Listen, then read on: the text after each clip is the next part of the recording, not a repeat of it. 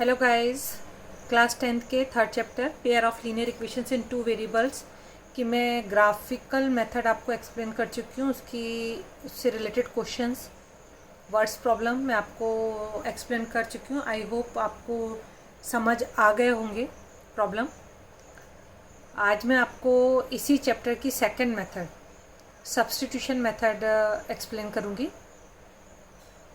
इस मेथड में जैसे कि नाम से ही पता चल रहा है कि सब्स्टिट्यूट किसी का, तो वैसे ही हमारे पास जो क्वेश्चन रहेगा उसमें किसी एक वेरिएबल का हम सब्स्टिट्यूट वहाँ पर पुट करके उसको सॉल्व करेंगे।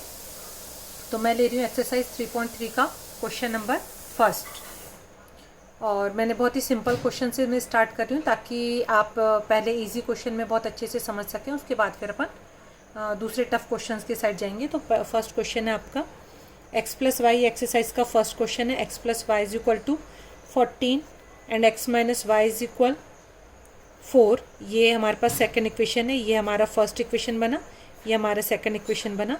अब इसमें से हम किसी भी एक इक्वेशन को लेकर सॉल्व करेंगे, मतलब उसमें से वेरिएबल x की या y वेरिएबल की वैल्यू हम निकालेंगे, और जो वैल्यू निकलेगी, जिसकी भी x की निकले चाहे y की, उसको हम सेकंड इक्वेशन में पुट करेंगे।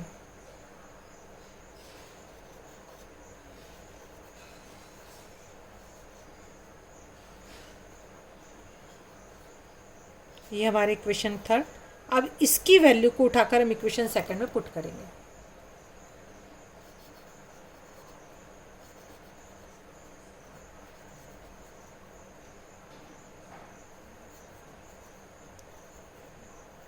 आपको ये भी चीज़ बता दूं कि यहाँ पर सिंपली एक बार सिर्फ y का साइड चेंज करने से आपको x की वैल्यू मिल गई है।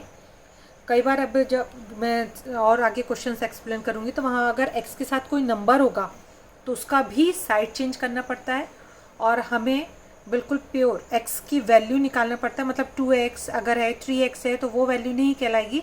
x की वैल्यू निकालने के लिए उसके साथ जो नंबर है उसका भी हमें साइड चेंज करना पड़ता है। अगर हम एग्जाम्पल के तौर पर लें कि x के साथ अगर 5 है, तो x की वैल्यू यहाँ पर 5x is equal 14 minus y, so x is equal to 14 minus y upon 5 होती है, होल अपॉन 5।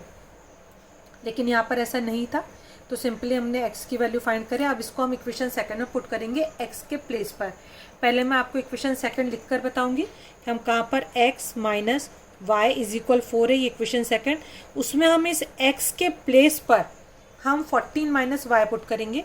तो यहाँ पर आ गया 14 माइनस वाई ये अपनी प्लेस पर इज इक्वल 4। तो ये हो जाएगा 14 माइनस 2y, क्योंकि दोनों y नेगेटिव हैं। अगर इसके सामने हम 1 एज्यूम कर लें तो -1 -2 होता है, y इज इक्वल 4। यहाँ पर हम -2y इज इक्वल 4 माइनस 14 ऐसा मिलेगा।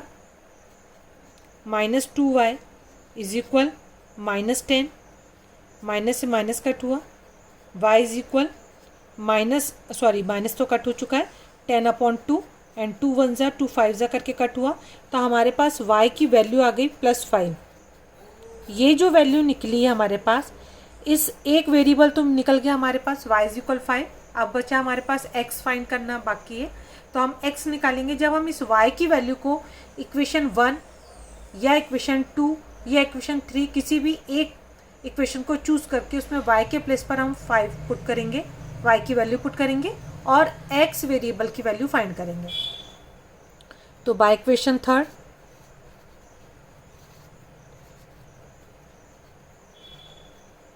y की वैल्यू हमने 5 पुट करें, 14 माइनस वाई, और y की वैल्यू हमने 5 पुट करें, सो x इज इक्वल टू 9।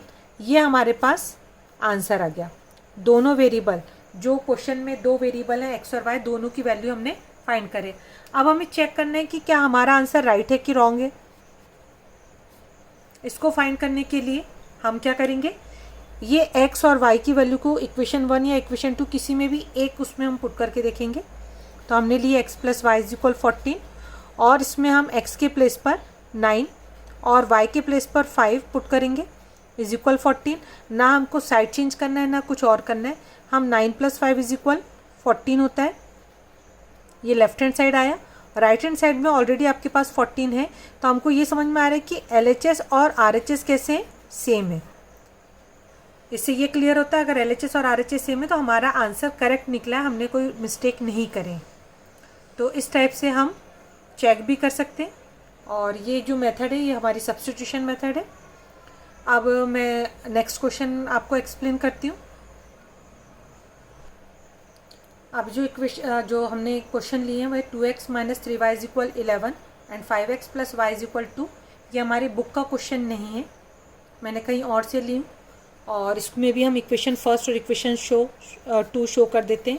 ये हो गया। अब हम इक्वेशन फर्स्ट से या तो हम x वेरिएबल की वैल्यू फाइंड करेंगे या y वेरिएबल की।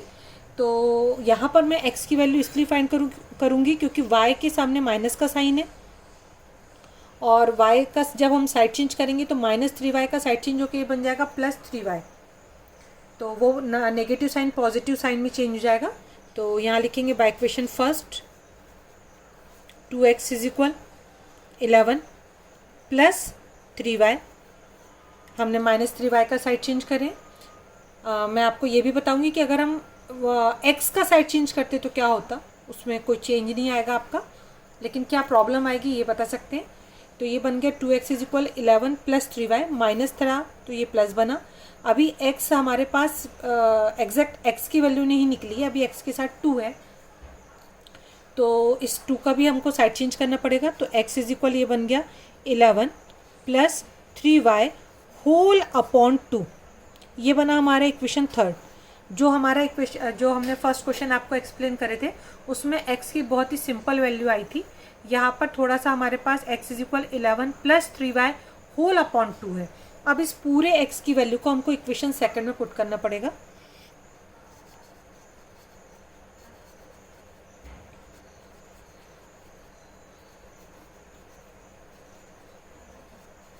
सेकंड इक्वेशन में हम x की वैल्यू पुट कर रहे हैं 5, और x की वैल्यू आएगी 11 + 3y whole upon 2 bracket close plus y = 2। देखिए आपका जो सेकंड इक्वेशन था 5x + y = 2, हमने x के प्लेस पर 11 + 3y होल अपॉन 2 पुट करें तो 5, और ये हो गई पूरी x की वैल्यू प्लस y = 2। अब अगर यहाँ पर 6 होता तो हम 2 से कट कर सकते थे, बट 5 है जो 2 से कट नहीं होता, तो यहाँ पर 5 को अंदर मल्टीप्लाई करना पड़ेगा, वो भी सिर्फ न्यूमरेटर से। 11 × 5 55 + 5 3 15y होल अपॉन 2। इस 2 के साथ 5 मल्टीप्लाई नहीं होता। अगर हम 5 को देखेंगे तो 5/1 कहलाएगा, और न्यूमरेटर से और डिनोमिनेटर से मल्टीप्लाई होता है, तो सिर्फ 5 न्यूमरेटर 11 + 3y से मल्टीप्लाई होगा और 2 से मल्टीप्लाई नहीं होगा, प्लस y अपॉन में 1 आया = 2। यहाँ पर अब हमको लेना पड़ेगा एलसीएम, जो इसके पहले वाले क्वेश्चन में हमको ज़रूरत नहीं पड़ी थी क्योंकि अपॉन में वहाँ पर कुछ भी नहीं था। अब हम यहाँ पर एलसीएम लेंगे। एलसीएम आएगा 2 और 1 का एलसीएम 2 होगा, और इसमें आप क्रॉस मल्टीप्लाई करें 1 multiply by 55 + 15y and 2 multiply by y, तो ये बन जाएगा 55 + 15y + 2y = 2, और अपॉन में आप चाहें तो 1 कर सकते हैं। यहाँ पर बना 55 प्लस का साइन है 15 + 2 17y, ऐसा होल अपॉन में आपके 2 है और इक्वल में 2/1 है। अब यहाँ पर होगा क्रॉस मल्टीप्लिकेशन, ठीक है, क्रॉस मल्टीप्लिकेशन। तो क्रॉस मल्टीप्लिकेशन में 55 + 17y जो 1 से मल्टीप्लाई होगा तो कोई चेंज नहीं आएगा, बट 2 मल्टीप्लाई होगा 2 से तो 4 हो जाएगा। तो ये बना 55 + 17y = 2 2 = 4, ये बन गया। अब हम यहाँ पर हमारे पास सिर्फ एक ही वेरिएबल y बचा है और इसकी वैल्यू हम फाइंड कर सकते हैं साइड चेंज से। तो 17y = 4 - 55, 17y = हम माइनस करेंगे 5 - 4 = 1, एंड यहाँ पर 5 आएगा, और 55 में से 4 माइनस करें तो यहाँ माइनस का साइन आएगा, -51 आ गया। y = -51/17, 17 के टेबल में 51 3 टाइम में, y इज इक्वल हमारे पास आ गया -3। हमारे पास एक वेरिएबल y की वैल्यू फाइंड हो गई है। अब बचा है x, और इस x की वैल्यू हम इक्वेशन फर्स्ट में पहले भी बोल चुकी हूँ, इक्वेशन सेकंड में या इक्वेशन थर्ड किसी एक में आप पुट कर सकते हैं। तो मैं रख रही हूँ by equation third. Equation third में हम y की वैल्यू -3 पुट करेंगे, x इज इक्वल 11 + 3, और जब y की वैल्यू नेगेटिव होती है तो ब्रैकेट कंपलसरी होता है, अपॉन यहाँ पर 2 आएगा। अगर आप ब्रैकेट यूज़ नहीं करेंगे तो आपको 3 - 3 दिखेगा और आप कंफ्यूज होकर 3 - 3 इज इक्वल 0 करेंगे और फिर आपका आंसर 11/2 हो जाए, जो कि रॉन्ग आंसर हो जाएगा। तो जब कोई वैल्यू हम नेगेटिव पुट करते हैं तो ब्रैकेट कंपलसरी होता है। 11 - 3 3 9/2 इज इक्वल 11 में से हम 9 माइनस कर रहे हैं तो 2/2 आंसर यहाँ पर हुआ, 2 से 2 कट होगा, सो x is equal 1 time cut होगा। तो यहाँ पर हमारे पास आंसर में x इज इक्वल, ये है answer, x is equal 1 and y is equal -3। ये हमारे पास इसका आंसर आया है। ये है सब्स्टिट्यूशन मेथड। अगर हम इससे अगर आप y की वैल्यू फाइंड करते हैं, y की वैल्यू निकाल कर आप इक्वेशन सेकंड में पुट करते हैं या सेकंड इक्वेशन से वैल्यू निकाल कर फर्स्ट इक्वेशन में पुट करते हैं और सॉल्व करते हैं, तो किसी भी कंडीशन में आंसर चेंज नहीं होता। आंसर किसी भी कंडीशन में x इज इक्वल 1 और y इज इक्वल -3 ही आएगा। बस ये है कि आपका कैलकुलेशन करेक्ट होना चाहिए जो आप काम कर रहे हैं। अगर यहाँ पर आप एलसीएम लेना भूलते हैं, यहाँ पर आप ब्रैकेट लगाना भूलते हैं, तो फिर आपका आंसर रॉन्ग हो सकता है। बाकी कुछ और चेंज करने से आंसर चेंज नहीं होता है। तो मुझे उम्मीद है कि आपको मेथड क्लियर हुई होगी। नेक्स्ट वीडियो में मैं इससे रिलेटेड और भी जो क्वेश्चंस हैं वो मैं आपको बताऊंगी। चलिए, ओके, बाय, टेक केयर।